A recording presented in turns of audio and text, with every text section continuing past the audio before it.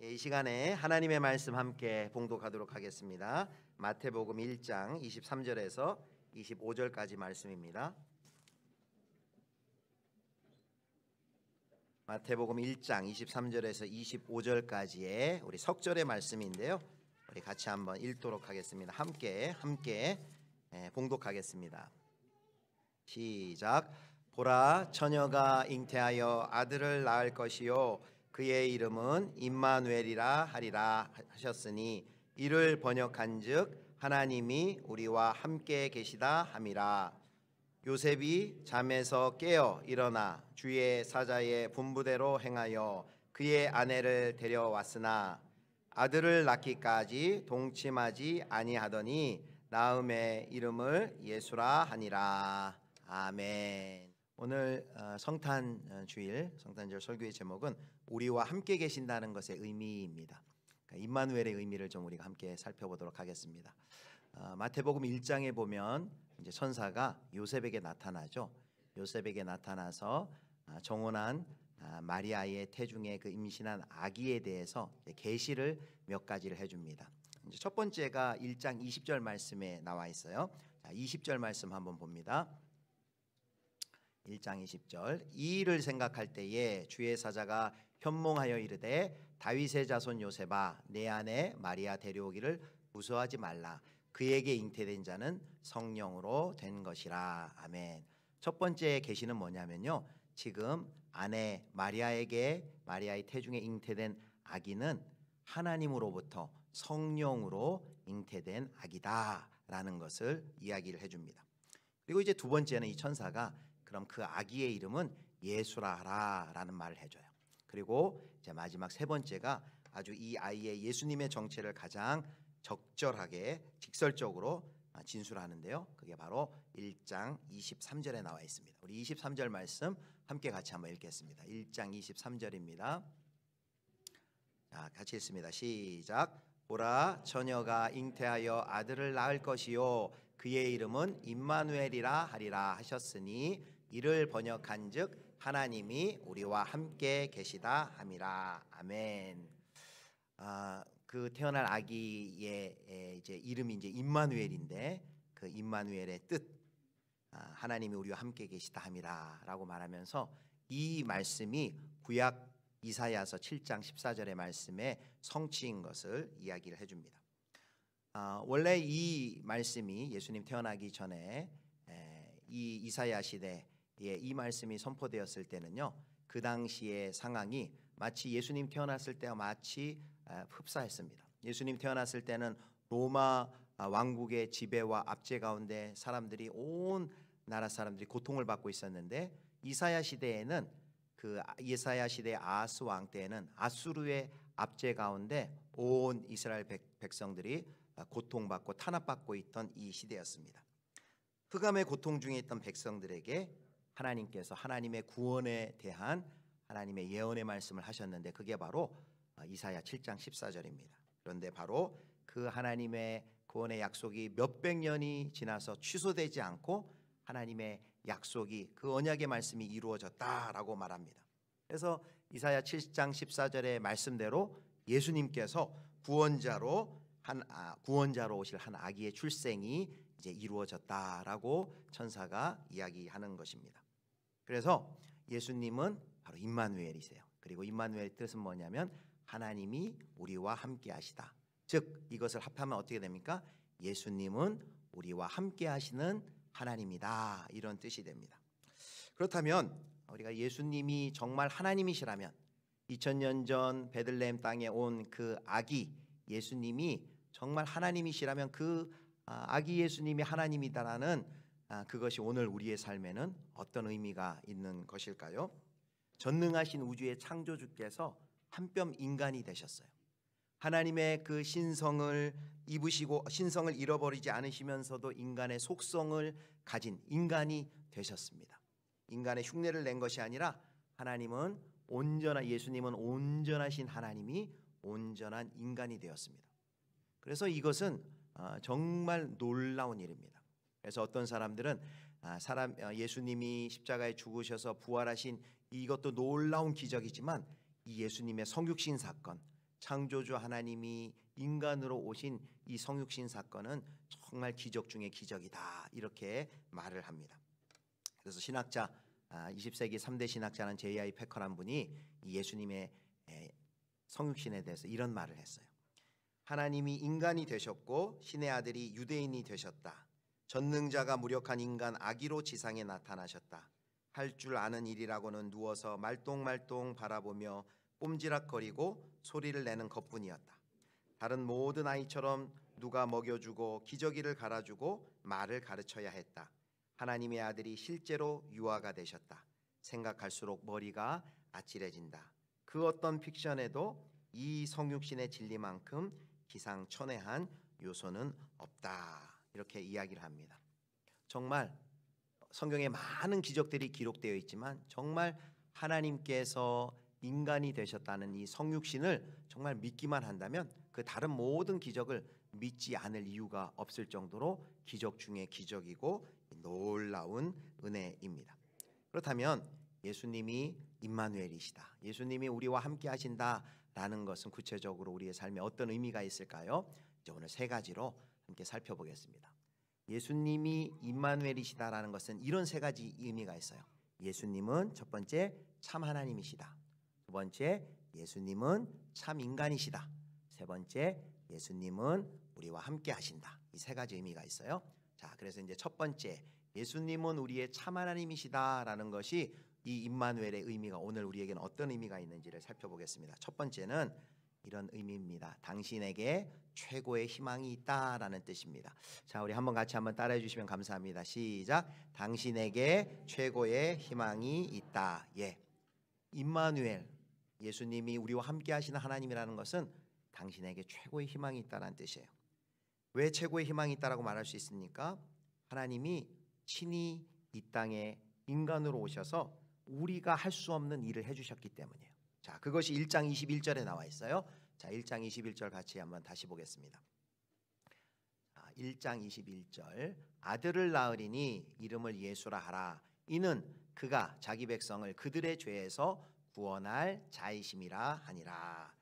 예, 천사는 아기의 이름을 예수라 그래요. 근데 이 예수의 이름이 구약시대 여호수아하고 같은 뜻이에요. 같은 이름입니다. 구원자라는 뜻입니다. 예수님은 이 구약시대 여호수아가 이스라엘 백성들을 구원하여서 가나안 땅으로 인도했듯이 예수님은 자기 백성을 구원하여서 하나님 나라로 데려가실 분이다라는 것을 보여주는 이름입니다. 그 이름이 예수입니다. 여러분, 이 땅에 많은 문제가 있다 그래요. 여러분, 이 땅에 어떤 문제가 있습니까? 인류의 가장 큰 문제는 뭐라고 생각하세요? 환경 문제일까요? 또 식량 문제일까요? 또 안보 문제일까요? 또 보건 문제일까요? 기후 문제일까요? 아주 골머리가 아픈 우리가 풀어야 할 많은 문제들이 우리 인류 가운데 있습니다. 복음 전도자 빌리 그레엄 목사님의 따님이 앤 그레엄 여사인데요. 이분께서 몇 년 전에 한국을 방문했을 때 일입니다. 그때 이제 여러 기자들과 이렇게 교계 기자들과 기자회견을 할 기회가 있었는데 그때 한 기자가 이렇게 이 앤 그레엄 여사에게 질문을 했어요. 21세기 여성들이 당면한 가장 큰 문제가 무엇이라고 생각합니까? 라고 질문을 했습니다. 옆에서 이제 그 통역하시는 교수님도 그렇고 모두가 이 뛰어난 복음 전도자의 입에서 어떤 통찰력 있는 대답을 할까 많은 기대를 가지고 귀를 쫑긋 세웠어요. 그런데 정말 이 앤 그레엄, 빌리 그레엄의 따님 되시는 이 앤 그레엄 여사가 아주 정말 당당하게 기대했던 것 대답 이상의 멋진 대답을 했습니다. 그가 이렇게 이야기를 했습니다. 21세기 여성뿐 아니라 전 세계를 통해서 여성들이 당면한 문제는 죄라는 것이고 그렇기 때문에 모든 여성들이 필요한 분은 오직 예수 그리스도이십니다. 그녀의 대답이었습니다. 사랑하는 성도 여러분, 이것이 어찌 여성들만의 문제입니까? 죄의 문제는 온 인류가 풀어야 할 가장 중요하고도 가장 심각한 문제인 줄 믿습니다. 그리고 이 죄의 문제가 뿌리가 되어서 사실 우리가 언급한 무슨 식량, 환경, 기후, 보건 이런 것들은 사실은 그 죄의 문제의 뿌리 때문에 생겨나는 열매라고 할 수 있어요. 가장 근저에 인간이 해결해야만 하는 가장 중요한 문제가 죄의 문제예요. 그런데 문제는 무엇입니까? 우리 인간의 힘으로는 이 죄의 문제를 해결할 수 없다는 것입니다. 이 죄의 문제를 해결하기 위해서 많은 사람들이 노력을 했어요. 어떤 사람은 도덕을 쌓고 선을 행하고 자선을 하고 고행을 하고 수행을 하고, 어떤 사람들은 과학의 힘을 빌려서, 또 어떤 사람이 휴머니즘의 힘으로 이 죄의 문제를 해결하고 영생에 도전하는 일을 많이 했습니다. 해봤습니다. 그러나 할 수가 없습니다. 인간으로서는 이 죄의 문제를 해결할 수 있는 방법이 없어요. 여러분, 그래서 왜 하나님께서 인간으로 이 땅에 오셔야만 했습니까? 인간들이 스스로 하나님께 닿을 수 있는 그 방법이 어떤 노력을 해도 할 수가 없기 때문에 하나님이 직접 내려오셔야만 했던 것입니다. 여러분, 우리 기독교를 편의상 종교라고 하지만요, 기독교는 사실 종교라 하기에는 다른 종교와는 많이 달라요. 이 땅의 많은 종교들은 인간이 하나님을 향해 올라가는 거지만 유일하게 하나님이 이 땅으로 내려오신 종교라고 하면 우리 기독교밖에 없는 거예요. 하나님이 오실 수밖에 없었습니다. 왜 오실 수밖에 없었어요? 하나님은 사랑의 하나님입니다. 우리의 죄를 다 용서하실 수 있어요. 그러나 하나님은 무한하신 사랑을 가지신 하나님, 사랑의 하나님이시지만 또 하나, 하나님은 거룩하신 하나님이에요. 인간의 문제, 죄의 문제를 그냥 없다, 그냥 눈 감아줄 수는 없는 분이에요. 죄의 문제를 해결해야 돼요. 그런데 인간으로서는 그 죄의 문제를 해결할 수 없기 때문에 하나님께서, 죄 없는 하나님께서 죄 없는 인간의 모습으로 오셔서 그 죄의 문제를 해결해 주신 것입니다. 그래서 임마누엘 사건, 이 크리스마스는요, 우리가 무엇을 기억합니까? 그러므로 저와 여러분에게도 이 큰 희망이 있습니다 라고 이 크리스마스가 선포해 주는 것입니다. 우리가 사는 눈에 보이는 세상이 다가 아닙니다. 죽음이 끝이 아닙니다. 이 죽음 이후에도 삶이 있고 사랑이 있습니다. 언젠가 악과 고난이 반드시 끝이 날 것입니다.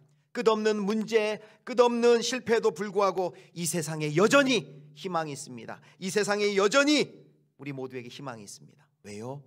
하나님께서 인간들을 구원하시기 위해서 이 땅에 오셨고 그 죄의 문제를 해결하시고, 지금도 온 인류를 통하여서 그리스도 예수의 사람들을 부르셔서 그들을 통하여서 하나님의 구속의 역사를 이루어 나가시기 때문입니다.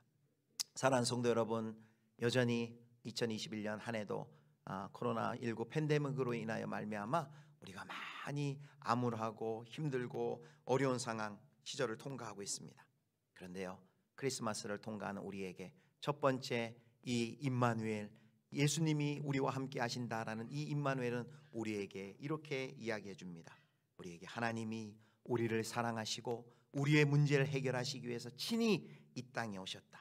그 하나님 때문에 우리에게는 여전히 희망이 있다. 그 하나님이, 우리의 죄의 문제를 해결하시는 그 하나님이 나의 어려움과 아픔을 다 알고 계시고 이 문제를 지금 해결하고 계신다라는 뜻입니다. 여러분, 첫 번째 임마누엘의 뜻 무엇이라고요? 우리에게 여전히 참 희망이 있다라는 것입니다. 자, 두 번째입니다. 두 번째 임마누엘의 뜻은 뭘까요? 두 번째는 이런 뜻입니다. 당신을 혼자 두지 않기 위해서 당신처럼 되셨다. 여러분 기억하시겠습니까? 당신을 혼자 두지 않기 위해서 당신처럼 되셨다. 우리 한번 따라해 볼까요? 시작. 당신을 혼자 두지 않기 위하여 당신처럼 되셨다. 아멘. 자, 첫 번째가 예수님은 참 하나님이라 그러셨어요.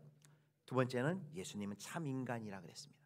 예수님께서 우리를 홀로 내버려 두지 않기 위해서 우리와 똑같은 인간이 되신 거예요.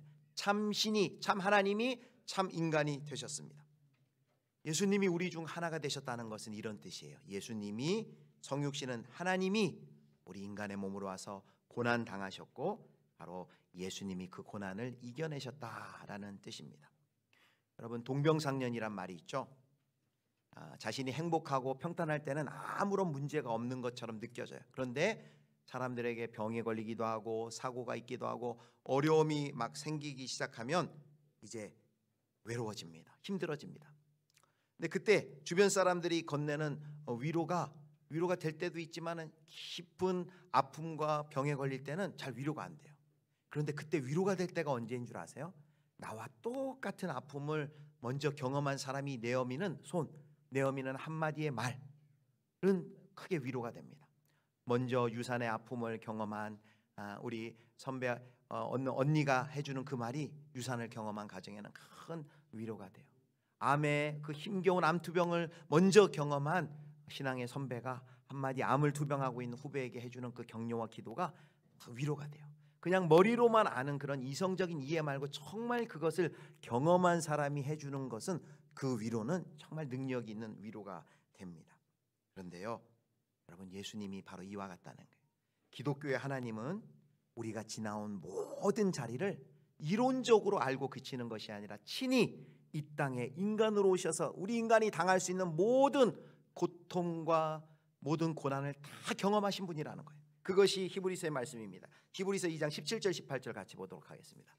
우리 같이 한번 보겠습니다. 히브리서 2장 17절 18절 말씀 우리 같이 읽겠습니다. 시작. 그러므로 그가 범사의 형제들과 같이 되심이 마땅하도다. 이는 하나님의 일에 자비하고 신실한 대제사장이 되어 백성의 죄를 속량하려 하심이라. 그가 시험을 받아 고난을 당하셨은즉 시험 받는 자들을 능히 도우실 수 있느니라. 아멘. 17절에 뭐라 그랬습니까? 범사의 형제들과 같이 되심이 마땅하도다.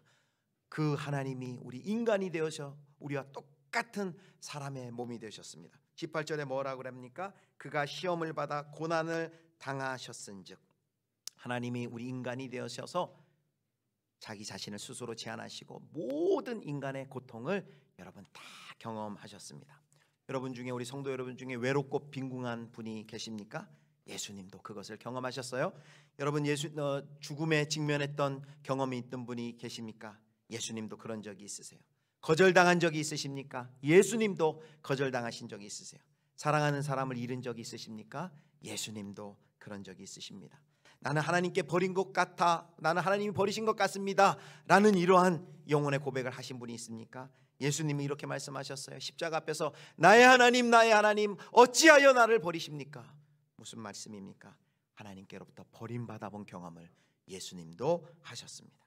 그래서 예수님께서는 우리 인간이 당하는 모든 어려움과 고난과 갈등을 그냥 머리로 이론적으로 아시는 분이 아니라 인간의 몸으로 육신으로 오셔서 그 모든 어려움과 고난을 친히 경험하셨기 때문에 우리의 한숨도 아시고 우리의 눈물도 아시고, 그래서 그분의 위로는 강력한 능력이 있는 위로고 그분은 우리를 실제적으로 위로하실 수 있는 분이시라는 것입니다. 여러분, 그래서 성경에 기록된 많은 기적들이 있죠. 무리를 걸으시는 기적, 오병이어의 기적, 이런 기적들도 우리에게 큰 위로가 되지만 정말 큰 위로가 되는 것은 예수님의 연약함을 기록한 부분이에요.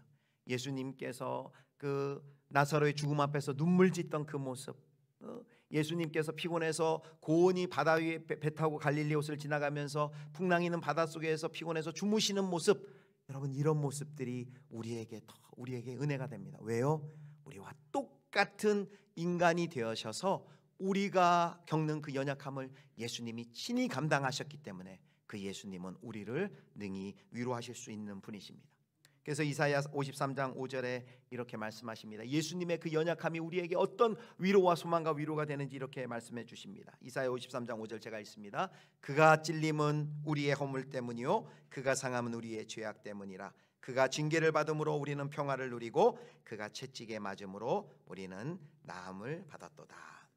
사랑하는 성도 여러분, 저와 여러분을 홀로 두지 않기 위해서, 그 어려움을 홀로 통과하고 홀로 고민하고 홀로 갈등하지 않도록 하기 위해서 예수님이 친히 인간이 되어 주셔서 우리의 모든 어려움을 친히 감당하셨습니다. 예수님이 우리 중 하나가 되셨어요. 예수님께서 지금 안 보고 계신 성도들이 한 분도 없어요. 예수님께서 지금 외면하고 있는 내 생애, 내 삶의 시간 속에 외면했던 순간이 한순간도 없습니다.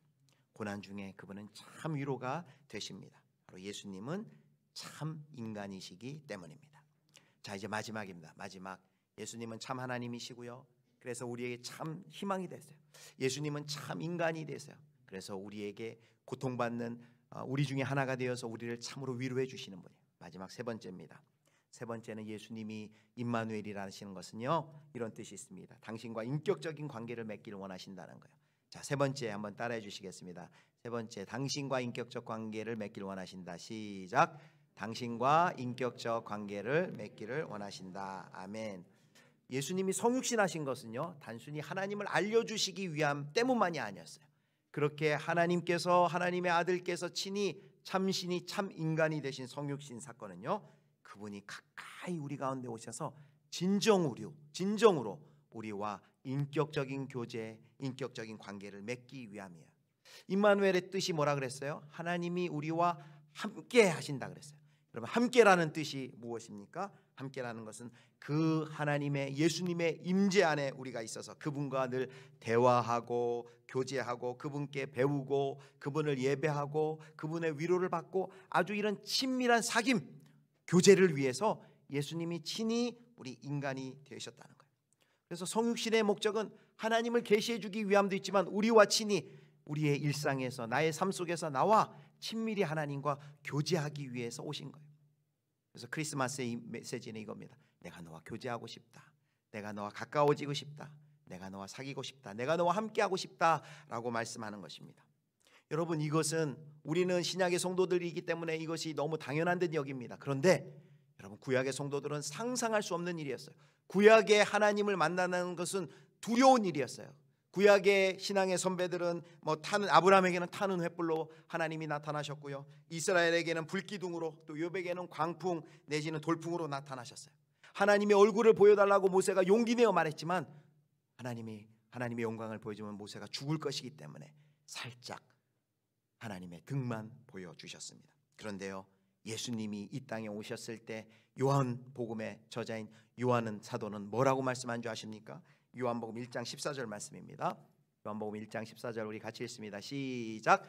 말씀이 육신이 되어 우리 가운데 거하심에 우리가 그의 영광을 보니 아버지의 독생자의 영광이요 은혜와 진리가 충만하도다. 아멘. 말씀이 육신이 되어 우리 가운데 거하신다 할 때 이 거하신다라는 이 원어 헬라 말이요, 텐트를 친다, 장막을 친다라는 거예요. 마치 이스라엘 백성들이 장막을 치면 그 성막 가운데 하나님이 임재하셨던 것처럼 이제 육신이 마치 텐트를 치듯이 이 땅 가운데 눈에 보이는 생생한 육체로 이 땅에 오셔서 하나님의 영광, 하나님의 임재를 우리가 신약의 성도들이 볼 수 있게 된 것입니다. 여러분, 만약에 모세가 이 요한의 메시지를 들었다면 깜짝 놀랐을 거예요. 아니, 내가 정말 그렇게 바라고 바랐던 것이 바로 이 일입니다. 그런데 바로 예수님께서 인간이 되셔서 하나님의 영광, 하나님의 임재 가운데로 이 땅의 백성 가운데 나타났군요 라고 아마 감탄을 했을 것입니다. 그런데 하나님이 이 땅에 나타나실 때는요, 구약처럼 회오리 바람이나 불꽃이나 그런 모습으로 나타나지 않고 어떤 모습으로 오셨다고요? 아기의 모습으로 오셨어요. 이번에는 심판하러 오신 것이 아니라 여러분, 심판을 당하러 오셨기 때문에 아기의 모습으로 오신 것입니다. 그분이 우리의 죄값을 치르고 그리고 인류와 그분 사이에 죄의 장막을 허물어 우리와 함께 하시러 우리에게 오셨습니다. 바로 예수님은 우리와 함께 하시는 임마누엘 하나님이십니다. 사랑하는 성도 여러분, 그렇다면 우리 마지막 뭐라고 얘기했어요? 우리가 임마누엘 하나님 우리와 교제하기 위해서 오셨다라고 얘기했습니다. 첫 번째, 우리에게 큰 희망이 있습니다. 두 번째, 하나님이 우리 중 하나가 되어서 우리의 아픔과 고통도 알고 참된 위로가 되십니다. 그런데 그렇게 알면 뭐예요? 세 번째, 교제를 해야 되잖아요. 하나님이 우리와 함께 하신다라는 걸 알기만 하고 그치면 안 되겠죠. 교제해야 되잖아요. 마지막으로 우리가 어떻게 교제할지 알려드리고 설교를 마치도록 하겠습니다. 여러분, 찬송을 하나 소개할 텐데요, 이 찬송은 우리나라에서는 많이 안 불러요. 그런데 영국에서는 가장 인기 있는 찬송이에요. 그래서 이 찬송이 얼마나 인기가 있는지 그 축구를 좋아하는 영국 사람들이 FA컵 결승전을 하면 모든 관중들이 다 일어나서 이 찬송을 부릅니다. 그리고 럭비 결승전에도 이 찬송을 한대요. 그뿐만이 아니에요. 올림픽 개막식을 할 때도 이 찬송을 부르고 시작합니다. 그리고 이 찬송은요, 힌두교의 나라인 인도의 힌두교의 나라의 국경일에는 이 찬송을 사람들이 같이 불러요. 왜 부르는지 한번 보겠습니다. 잠깐 영상 하나 보겠습니다.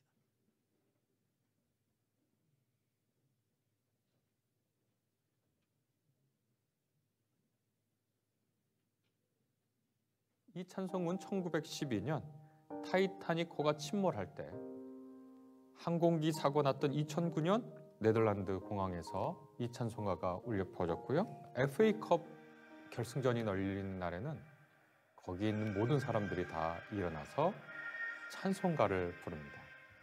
2012년 런던 올림픽 개막식에도 그런 축제의 순간에도 연주됐습니다. 이 장중하고 그 가사 내용이라고 하는 것 죽음을 앞둔 사람의 노래거든요.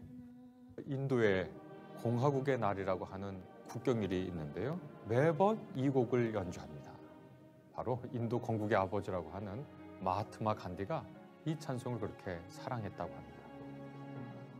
여러분, 이 찬송이 뭘까요? 이 찬송이 찬송 481장에 때에 저물어서 날 이미 어두니라는 찬송이에요. 자, 이 찬송의 가사를 읽어드릴게요. 잘 한번 들어보세요. 때에 저물어서 날이 이미 어두니 날이 어두니 구주여 나와 함께하소서. 내 친구 나를 위로 못할 때 날 돕는 주여 함께하소서. 4절까지 있는데 계속 반복하는 가사가 뭔지 한번 알아봐 주세요. 2절 내 사는 날이 속히 지나고 이 세상 영광 빨리 지나네. 이 천지 만물 모두 변하나 변찮는 주여 함께하소서. 3절 주 홀로 마귀 물리치시니 언제나 나와 함께하소서. 주같이 누가 보호하리까 사랑의 주여 함께하소서. 4절 이 육신 쇠해 눈을 감을 때 십자가 밝히 보여주소서.